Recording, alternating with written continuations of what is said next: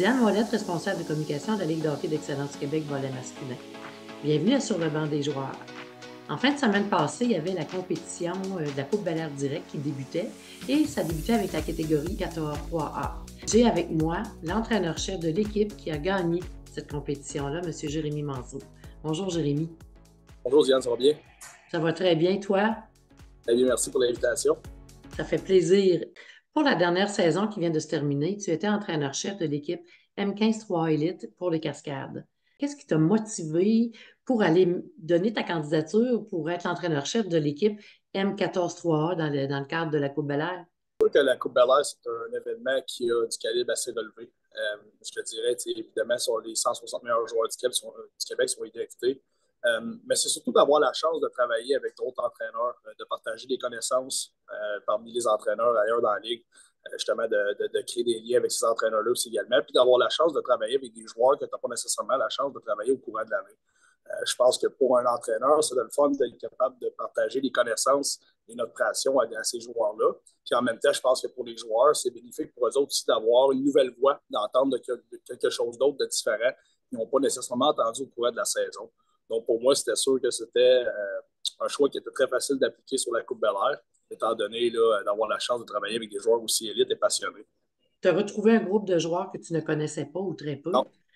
Donc, quand tu regardes ce groupe de joueurs-là, jeudi ou vendredi matin, quand tu es arrivé avec eux, et dimanche, quand tu es parti avec eux, avec le championnat, qu'est-ce que tu as découvert de ce groupe-là? Comment ça s'est passé? Tu le qualifierais comment, ce groupe-là? Lorsque les jeunes y arrivent dans un événement comme celui-là, aussi élite, veut pas, il y a une certaine nervosité, puis il y a beaucoup de stress aussi également, puis tu peux le ressentir là, du moment que tu rentres dans la chambre pour aller leur parler.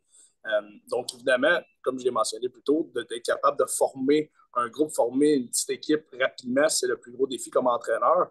Mais aussi également, ce que je remarque le plus du début jusqu'à la fin de l'événement, c'est qu'une fois qu'on est rendu à la fin de l'événement, il n'y a plus vraiment de gêne dans la chambre. Tu as l'impression que les joueurs, ça fait des années qu'ils ont travaillé et qu'ils ont joué ensemble. Donc, c'est certain, nous autres, comme entraîneurs, lorsqu'on voit que les joueurs sont capables vraiment d'aller communiquer ensemble et d'avoir du plaisir ensemble, nous autres, c'est ce qui nous permet de réaliser que le travail a été accompli aussi également à ce niveau-là. Mais c'est vraiment la différence là, du début jusqu'à la fin. Je pense que c'est le niveau de stress qui diminue au courant du week-end aussi également. C'est tous des excellents joueurs de hockey. Là. Le niveau de confiance, la complicité aussi qui s'installe rapidement? Oui, absolument. Le niveau de confiance, la complicité, vraiment de remarquer aussi également qu'ils sont là. S'ils sont là, c'est parce qu'il y a une raison aussi également. Je veux dire, c'est des excellents joueurs de hockey, c'est des très bonnes personnes. Donc, de comprendre que c'est un privilège aussi d'être là aussi également. Ils ont une chance extraordinaire de pouvoir participer à des événements de même. Je pense que c'est juste d'en profiter aussi également. Je le mentionne souvent aux joueurs. La première raison de pourquoi tu t'inscris au hockey quand tu es jeune, c'est pour avoir du plaisir, c'est pour avoir du fun. Puis par la suite, tu développes un côté élite, un côté plus compétitif, plus compétiteur. Mais à la fin de la journée, je pense qu'ils sont tous là pour les mêmes raisons. Puis c'est vraiment une question de passion. Là. Est-ce que c'était très différent dans ta préparation que pendant l'hiver, cette coupe-là? C'est sûr que lorsqu'on parle d'une Coupe Bel Air, on parle d'un événement qui est à short term. C'est mon anglicisme, mais plutôt à court terme. Donc, évidemment, c'est sûr que dans la préparation, tu ne peux pas nécessairement rentrer trop dans tout ce qui est spécifique en termes de système de jeu, etc. Donc, tu dois vraiment y aller en progression et puis être capable d'implanter de quoi au niveau de la valeur, au niveau des valeurs, puis au niveau de la culture d'équipe pour être capable de créer une belle chimie. Puis je pense qu'à la fin de la journée, c'est ce qui fait la différence. Là. Donc, à la fin d'un événement comme celui-ci, d'être capable de créer vraiment une belle culture d'équipe qui est positive, puis que les joueurs auront justement l'occasion de travailler ensemble, puis de pousser dans une même direction. Fait que je pense que c'est vraiment, comme je te dis, là, d'être capable de créer de quoi de positif tous ensemble. C'est quoi la plus grande difficulté que tu avais à travailler là, en fin de semaine dans ce court laps de temps? Je dirais que je vais rester un peu dans la même lignée de ce que je viens de mentionner, mais c'est vraiment d'être capable de créer, d'aller chercher les joueurs individuellement aussi également rapidement, de connaître parce que en fait, tu travailles avec des personnalités qui sont différentes. Donc, vraiment d'apprendre à connaître les joueurs individuellement, connaître aussi également leurs forces et faiblesses, autant sur la glace qu'en dehors de la glace aussi également, puis d'être capable de les justement aider à progresser en un week-end. Tous ensemble. Donc, je pense vraiment que c'est vraiment au niveau de l'individuel, de vraiment le défi d'aller chercher chaque joueur individuellement, autant sur la glace qu'en dehors de la glace. Puis évidemment, quand les joueurs réussissent à progresser individuellement, on voit une différence collectivement par la suite. Les résultats sont là, c'est bien évident, hein?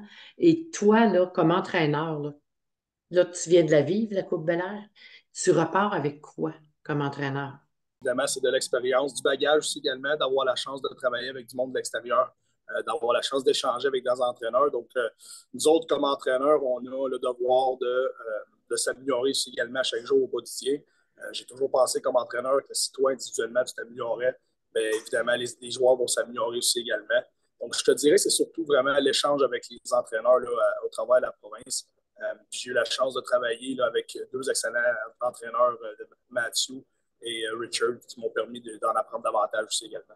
Et là, tu es entraîneur M15-3A Élite encore l'an prochain. Est-ce que tu retournes à cette Non, en catégorie-là? fait, c'était ma dernière saison avec la M15-3 Elite. C'était ma dernière saison avec Cascade.